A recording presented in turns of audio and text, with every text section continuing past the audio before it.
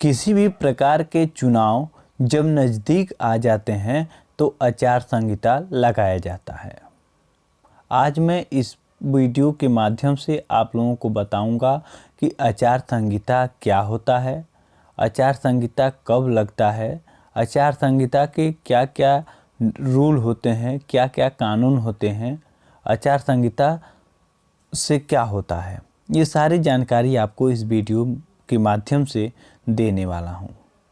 तो हेलो दोस्तों, मैं हूँ सजेंद्र और आप देख रहे हैं हमारे साथ अपना प्यारा चैनल स्काई ट्रिक मेथड। तो चलिए शुरू करते हैं। चुनाव के समय आचार संहिता लागू की जाती है, जिसे चुनाव आचार संहिता भी कहते हैं। अधिकतर लोगों को आचार संहिता के विषय में जानकारी नहीं होती है, जिससे वह इसका उल्लंघन करते हैं। भारत में जब भी चुनाव का आयोजन होता है, वहां पर आदर्श आचार संहिता को लगा दिया जाता है। चुनाव की तारीखों के साथ ही इसकी घोषणा कर दिया जाता है। यह नतीजे आने तक जारी रहता है।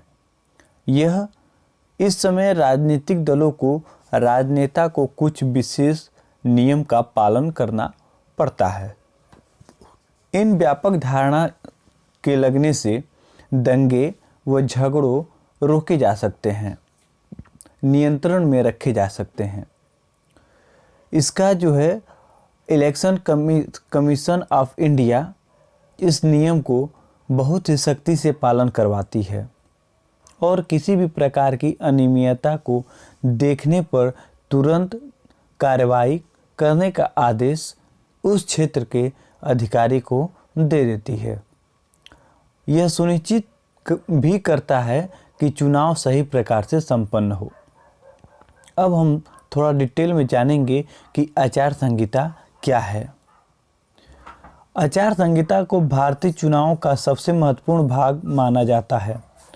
आचार संहिता चुनाव समिति द्वारा बनाया गया वो दिशा निर्देश होता है जिससे सभी राजनीतिक पार्टियों को मानना अनिवार्य होता है। आचार संहिता का अर्थ उन नियमों से है जो उस समय अस्तित्व में आते हैं और उनके द्वारा ही पार्टियों की कार्यप्रणाली पर नज़र रखी जाती है। अब हम जानेंगे कि आचार संहिता के नियम, कानून व उसके प्रावधान क्या क्या होते हैं, यानी कि आचार संहिता के कौन कौन से नियम होते हैं। तो आचार संहिता लागू होने के बाद सार्वजनिक धन के प्रयोग पर रोक लगा दी जाती है, जिससे किसी राजनीतिक दल या राजनेता को चुनावी लाभ न प्राप्त हो सके। दूसरा पॉइंट है, चुनाव प्रचार के लिए सरकारी गाड़ी, सरकारी विमान या सरकारी बंगले का प्रयोग नहीं किया जा सकता है। मतदाता को अपने तरफ आकर्षित करने के लिए किसी भी प्रकार की सरकारी योजना का घोषणा, लोकार्पण या शिलान्यास नहीं किया जाता है। पुलिस की अनुमति के बिना कोई भी राजनीतिक रैली नहीं की जा सकती है। धर्म के नाम पर वोट की मांग नहीं की जा सकती है। इस दौरान सरकारी खर्च से किसी भी प्रकार का ऐसा आयोजन नहीं किया जाता है जिससे किसी भी दल विशेष को लाभ प्राप्त हो सके। राजनीतिक दलों के आचरण और क्रियाकलापों पर नज़र रखने के लिए चुनाव आयोग पर्यवेक्षक नियुक्त करता है। ये तो था आचार संहिता के कुछ नियम और कानून। अब हम जानते हैं कि आचार संहिता कब लगाया जाता है और आचार संहिता कब लागू किया जाता है। तो चलिए इसके बारे में हम विशेष जान लेते हैं। चुनाव की घोषणा चुनाव आयोग के द्वारा की जाती है। इसके साथ ही आचार संहिता लागू कर दी जाती है, यानी कि जिस दिन चुनाव की घोषणा, चुनाव की तारीख फिक्स हो जाती है, उसी दिन से आचार संहिता भी लागू कर दिया जाता है। यह चुनाव के परिणाम के साथ ही समाप्त होता है, यानी कि चुनाव का परिणाम जब तक आ नहीं जाता है तब तक आचार संहिता बना रहता है।